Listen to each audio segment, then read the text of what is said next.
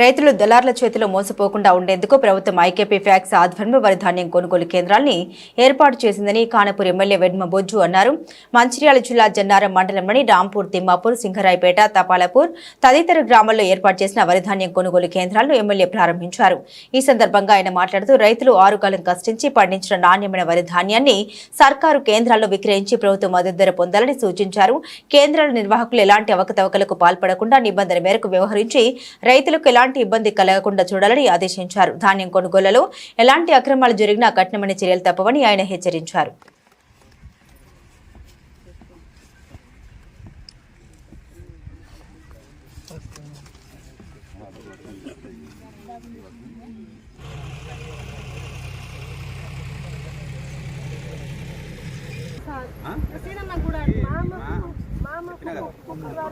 ఇంద్రమ కమిటీలో already pan చేశాం.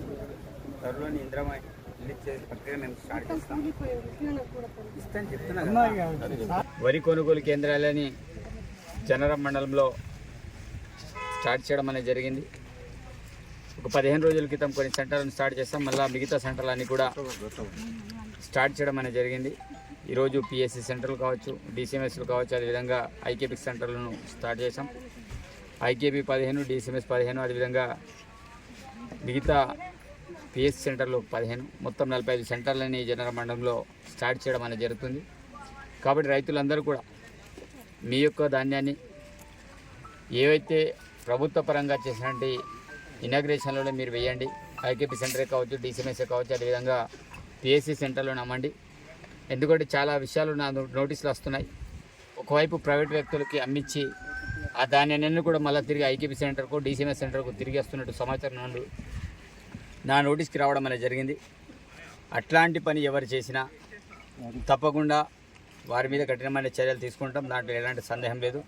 కాబట్టి రైతు సోదరులారా, మేము ఆ రోజు కూడా చెప్పినాం, మీకు ఏమైనా ఇబ్బంది ఉంటే మా నోటీసులో తీసుకురండి, లేకుండా అధికారుల నోటీసులో తీసుకురండి. కానీ దళార్ని నమ్మి మీరు మోసపోకండి. మోసం చేసే ప్రభుత్వం ఈ ప్రభుత్వం కాదు.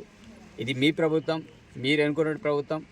కాబట్టి మీకు ఏ సమస్య ఉన్నా మా నోటీసులో తీసుకొచ్చి ఆ సమస్యకు పరిష్కారం అయ్యే విధంగా మేము చూస్తాం. కాబట్టి ఈరోజు ఇక్కడ రాంపూర్లో ఒక డిసిఎంఎస్ సెంటర్, అదేవిధంగా ఐకేపీ సెంటర్లని స్టార్ట్ చేయడం జరిగింది. ఈ ప్రాంత రైతులందరూ కూడా చాలామంది నెక్స్ట్ పంటకి మీరు నీళ్ళు ఇస్తారని అడుగుతున్నారు. తప్పకుండా నెక్స్ట్ పంట కూడా నీళ్ళు ఇస్తాం, దాంట్లో ఎలాంటి సందేహం లేదు.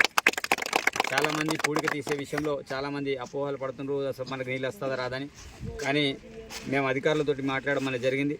కాబట్టి ఏదేమైనా సరే మీరు కూడా కొంత ఈ అంశాల మీద తెలుసుకోకుండా ఎవరు చెప్పిన మాటలని నమ్మి మీరు మోసపోవాల్సిన అవసరం లేదని ఈ సందర్భంగా మీ అందరికీ తెలియజేస్తున్నా. ధన్యవాదాలు.